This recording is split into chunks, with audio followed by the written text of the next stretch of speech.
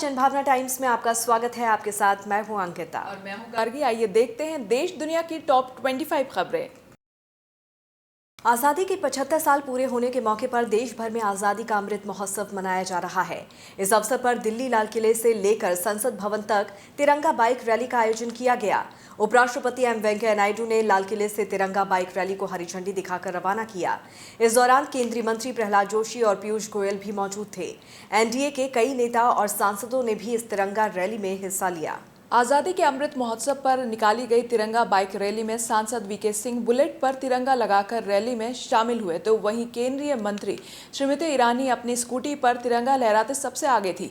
इसके अलावा केंद्रीय मंत्री मीनाक्षी लेखी ने भी रैली में शामिल हुई। रैली का समापन विजय चौक पर किया गया। तिरंगा बाइक रैली का आयोजन संस्कृति मंत्रालय की तरफ से किया गया है। देश के सभी लोगों से 13 से 15 अगस्त के बीच हर घर तिरंगा लगाने की भी अपील की गई है। इस अभियान के तहत करीब 20 करोड़ तिरंगा फहराने का लक्ष्य रखा गया है। मंगलवार को बीजेपी संसदीय दल की बैठक के दौरान केंद्रीय मंत्री प्रहलाद जोशी ने सभी राजनीतिक दलों के सांसदों से इस रैली में सम्मिलित होने की अपील की थी। जोशी ने कहा था कि आयोजन संस्कृति मंत्रालय की ओर से किया जा रहा है, न कि बीजेपी की ओर से। दिल्ली के लाल किले से इंडिया गेट होते हुए संसद भवन तक निकाली गई इस तिरंगा यात्रा में सत्ताधारी राष्ट्रीय जनतांत्रिक गठबंधन के सभी सांसद और मंत्री शामिल हुए, लेकिन इस आयोजन से विपक्षी सांसदों ने किनारा कर लिया। बाइक रैली की शक्ल में निकली सांसदों की तिरंगा यात्रा से विपक्षी दलों के किनारा करने के बाद इसे लेकर सत्ता पक्ष और विपक्ष में जुबानी जंग छिड़ गई है। तिरंगा रैली के किनारे करने को लेकर एनडीए विपक्ष पर हमलावर हो गया है। वहीं कांग्रेस नेता राहुल गांधी ने भी उन पर पलटवार किया है। राहुल गांधी ने अपने ट्वीट में लिखा है कि देश की शान है हमारा तिरंगा, हर हिंदुस्तान के दिल में है हमारा तिरंगा। कांग्रेस नेता राहुल गांधी और प्रियंका गांधी ने सोशल मीडिया पर पूर्व प्रधानमंत्री जवाहरलाल नेहरू की तिरंगा वाली तस्वीर साझा की है। राहुल नेहरू की तस्वीर के साथ लिखा, देश की शान है हमारा तिरंगा, हर हिंदुस्तानी के दिल में है हमारा तिरंगा। तो वहीं प्रियंका ने लिखा कि विजय विश्व तिरंगा प्यारा, झंडा ऊंचा रहे हमारा। बीजेपी नेता मनोज तिवारी ने इस पर तंज कसते हुए कहा कि अब अगर तिरंगा में भी विपक्ष को बीजेपी दिखने लगी है तो क्या कहा जाए। उन्होंने कहा कि ये कहाँ लिखा है कि नेहरू जी ने तिरंगा उठा लिया तो अब राहुल नहीं उठा सकते। पश्चिम बंगाल में 14 महीने बाद ममता बनर्जी कैबिनेट का दूसरी बार विस्तार कर रही हैं। कैबिनेट में 5-6 नए चेहरे को शामिल करने की चर्चा है, जबकि 4 मंत्री को उनके कामकाज के आधार पर हटाने की भी तैयारी है। सोमवार को कैबिनेट बैठक के बाद मुख्यमंत्री ममता बनर्जी ने कहा था कि सुब्रत मुखर्जी, साधन पांडे के निधन होने और पार्थ चटर्जी के जेल में जाने से सरकार के कामकाज पर असर हो रहा है, इसीलिए कैबिनेट विस्तार किया जाएगा। राजधानी दिल्ली में नई शराब नीति को लेकर उठे विवाद और दिल्ली के उपराज्यपाल वीके सक्सेना की ओर से शराब की दुकानों के लाइसेंस को 1 महीने के लिए बढ़ाए जाने के फैसले के कारण 6 जोनल लाइसेंस धारियों ने अपने परमिट सरेंडर कर दिए हैं। इसकी वजह से राजधानी में 125 शराब की दुकानों पर ताला लग गया है। अब दिल्ली में 468 दुकान में सिर्फ 343 दुकानें ही बची हैं। नई शराब नीति पर तकरार के बाद ग्रेटर कैलाश, सफदरजंग एन्क्लेव, हौज खास, चित्तरंजन पार्क, सरिता विहार, पंजाबी बाग, चिराग दिल्ली, द्वारका और मॉडल टाउन जैसे इलाकों में शराब की एक भी दुकान नहीं चल रही है। यूपी की राजधानी लखनऊ में प्रशासन ने स्कूलों के बाहर आइसक्रीम और फास्ट फूड बेचने वालों की रेडियो को लगाने पर पूरी तरह से पाबंदी लगा दी है। ऐसा ट्रैफिक जाम को रोकने के लिए किया गया है और ये आदेश आज से ही लागू किया गया है। अलग अलग स्कूलों के नोडल अधिकारियों और शहर के यातायात पुलिस और जिला प्रशासन के बीच चर्चा के बाद पीक आवर्स के दौरान स्कूल के आसपास यातायात से बचने के लिए ये दिशा निर्देश जारी किए गए हैं। जबलपुर के new life multi speciality hospital में सोमवार को हुए अग्निकांड में 8 लोगों की मौत हो गई थी।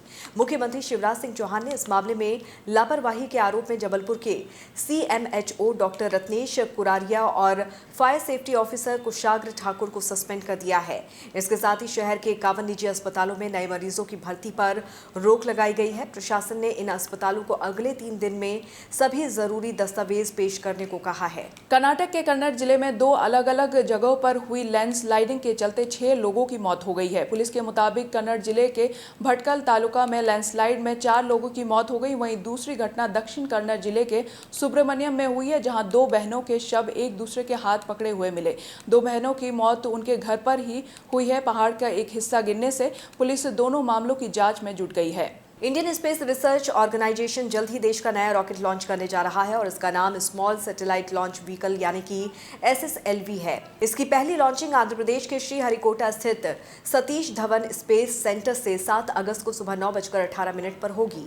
ये रॉकेट EOS-02 को अंतरिक्ष तक पहुंचाने का काम करेगा। वैसे तो इसरो ने अपने सैटेलाइट को अंतरिक्ष तक पहुंचाने के लिए GSLV या फिर PSLV का इस्तेमाल करता है, लेकिन इस बार SSLV का इस्तेमाल किया जा रहा है। दरअसल ये रॉकेट छोटे सैटेलाइट्स की लॉन्चिंग में काम आएगा। देश की निजी एयरलाइंस इंडिगो की फ्लाइट ऑपरेशन की 16वीं एनिवर्सरी है। इस खास मौके पर इंडिगो अपने ग्राहकों के लिए जबरदस्त ऑफर लेके आया है, जिसके तहत इंडिगो सभी डोमेस्टिक रूट्स पर स्वीट 16 ऑफर लेकर आया है, जिसमें 1616 रुपए में फ्लाइट टिकट ऑफर किया जा रहा है। ये ऑफर 3 अगस्त से शुरू हो रहा है और 5 अगस्त तक बंद हो जाएगा। इस ऑफर के तहत हवाई टिकट की बुकिंग कराने वाले यात्री 18 अगस्त 2022 से 16 जुलाई 2023 तक यात्रा कर सकेंगे। इंडिगो ने अपने वेबसाइट पर यह जानकारी शेयर की। अमेरिकी स्पीकर नैन्सी पेलोसी ने ताइवान की राष्ट्रपति साई इंग-वेन से मुलाकात की और ताइवान की संसद को संबोधित किया।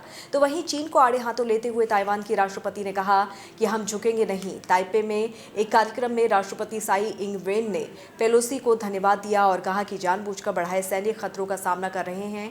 ताइवान पीछे नहीं हटेगा। हम लोकतंत्र के लिए रक्षा जारी रखेंगे। ब्रिटेन में प्रधानमंत्री चुनाव में साइबर हैकर का खतरा बना हुआ है। जासूसी एजेंसी CGHQ ने चेतावनी देते हुए कहा कि इस प्रधानमंत्री चुनाव में साइबर हैकर लोगों के मतपत्रों को बदल सकते हैं। द टेलीग्राफ ने मंगलवार को कहा है कि ब्रिटेन के कंजर्वेटिव पार्टी के सदस्यों द्वारा अगला प्रधानमंत्री चुनने के मतदान में देरी हुई है। मतपत्र पहले सोमवार को भेजे जाने थे। जनमत संग्रह के मुताबिक ब्रिटिश प्रधानमंत्री की पद की रेस में विदेश सचिव लीज ट्रस पूर्व वित्त मंत्री ऋषि सुनक से आगे है। रूस यूक्रेन के बीच जारी युद्ध के बीच यूक्रेन से जाने वाला पहला अनाज जहाज तुर्की के बोस्फोरस जल डमरू मध्य में पहुंच गया है। रूस ने यूक्रेन के बंदरगाहों को ब्लॉक कर दिया था और इसके बाद वैश्विक खाद्य की कमी का संकट और गहरा गया था। संयुक्त राष्ट्र महासचिव एंटोनियो गुटेरेस और तुर्की के राष्ट्रपति रेसेप तय्यिप एर्दोगन की पहल के बाद यूक्रेनी अनाज के निर्यात पर एक यूक्रेन रूस सौदा हुआ था। अमेरिका की राजधानी वाशिंगटन DC में देर रात हुई फायरिंग में 1 की मौत हो गई और 5 लोग घायल हो गए। घटना के कांडो कॉम्प्लेक्स में हुई है। इस हमले में हमलावर ने भीड़ पर फायरिंग की थी। घायलों का अस्पताल में इलाज जारी है। बता दें कि वाशिंगटन DC में पिछले 12 घंटे के भीतर ये छठी घटना है। इन 6 घटनाओं में 11 लोगों को गोली मारी गई है। फिलहाल पुलिस हमलावर की तलाश में है। पाकिस्तान के पूर्व प्रधानमंत्री Imran Khan foreign funding case में फंसते हुए नजर आ रहे हैं। इमरान खान और उनकी तहरीक-ए-इंसाफ PTI पार्टी को 8 साल पुराने फॉरेन फंडिंग केस में दोषी करार दिया गया है। इलेक्शन कमीशन ऑफ पाकिस्तान ने इमरान को नोटिस जारी कर पूछा है कि उनके तमाम अकाउंट्स क्यों ना सीज कर दिए जाएं। कमीशन के मुताबिक PTI ने 34 विदेशी नागरिकों और 351 कंपनियों से चंदा लिया। सिर्फ 8 जनरल अकाउंट्स की जानकारी दी, 13 में ब्लैक मनी रखा है और इन्हें छिपाया गया है। भारत ने तीसरे T20 में वेस्टइंडीज को 7 विकेट से हरा दिया है। इसी के साथ 5 मैचों की T20 सीरीज में भारतीय टीम ने 2-1 से बढ़त बना ली है। वेस्टइंडीज ने पहले बल्लेबाजी करते हुए 20 ओवर में 5 विकेट खोकर 164 रन बनाए। जवाब में भारतीय टीम ने 19 ओवर में 3 विकेट खोकर टारगेट हासिल कर लिया। सूर्य कुमार यादव ने सबसे ज्यादा 76 रन बनाए हैं। उन्हें मैन ऑफ द मैच चुना गया है। इस जीत के साथ भारत ने पाकिस्तान के एक बड़े रिकॉर्ड की बराबरी कर ली है। भारत ने वेस्टइंडीज के खिलाफ 15 T20 मुकाबलों में जीत दर्ज कर ली है। भारत और पाकिस्तान की टीम इसी महीने T20 मैच में आमने सामने होगी। ICC ने एशिया कप का शेड्यूल जारी कर दिया और इसके मुताबिक ग्रुप A के मुकाबले में भारत और पाकिस्तान का मैच होगा। ये मैच 28 अगस्त को दुबई में शाम 6 बजे से खेला जाएगा। फाइनल मुकाबला 11 सितंबर को खेला जाएगा। इससे पहले भारत और पाकिस्तान T20 वर्ल्ड कप में भिड़े थे। 24 अक्टूबर 2021 को खेले गए इस मुकाबले में भारत को पाकिस्तान ने 10 विकेट से हराया था। एशिया कप T20 टूर्नामेंट की शुरुआत 27 अगस्त से होगी।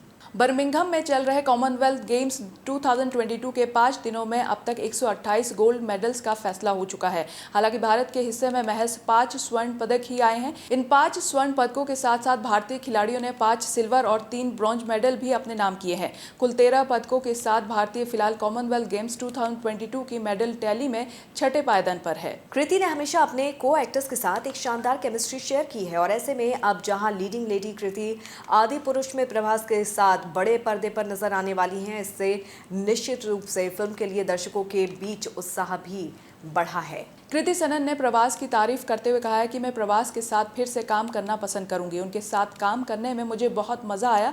खाने के अलावा उनके बारे में कुछ अनोखा, मुझे लगता है कि उनकी आंखों में कुछ अजीब शुद्धता है। कभी कभी मैंने उनके शॉट्स को देखा, जैसे जब कैमरा वास्तव में बहुत करीब होता है तो वो बहुत कम अपनी आंखों के साथ कुछ करते हैं और आप वास्तव में वो सब कुछ महसूस कर सकते हैं जो वो महसूस करा रहे हैं। कॉफी विद करण सीजन 7 के अगले एपिसोड का प्रोमो आ चुका है और इस बार के एपिसोड में मिस्टर परफेक्शनिस्ट आमिर खान और एक्ट्रेस करीना कपूर खान आएंगे शो में एक साथ नजर। दोनों ने शो में खूब मस्ती की है और इसकी झलक प्रोमो वीडियो में देखी जा सकती है। करीना पहले भी कई बार कॉफी विद करण के कई सीजन में बतौर गेस्ट आ चुकी हैं। Dance reality show Nach Baliye 10 को लेकर एक बड़ा अपडेट सामने आया है। एक रिपोर्ट की माने तो डांस शो अब अक्टूबर में नहीं बल्कि अगले साल जनवरी या फरवरी में आएगा और अब तो सलमान खान ने भी इस शो को प्रोड्यूस करने का मन बना लिया है। सलमान खान को हाल ही में मिली मौत की धमकी के बाद मदद के लिए मुंबई पुलिस से संपर्क किया था, जिस वजह से उन्हें बंदूक रखने का लाइसेंस मिला और अब खबर आ रही है कि सलमान ने अपनी सुरक्षा को और कड़ी करने के लिए एक नई बुलेट प्रूफ कार भी खरीद ली है। टॉप 25 खबरों में फिलहाल इतना ही। देश और दुनिया की बाकी खबरों के लिए आप हमारे वेबसाइट www.thejbt.com को लॉगिन कर सकते हैं।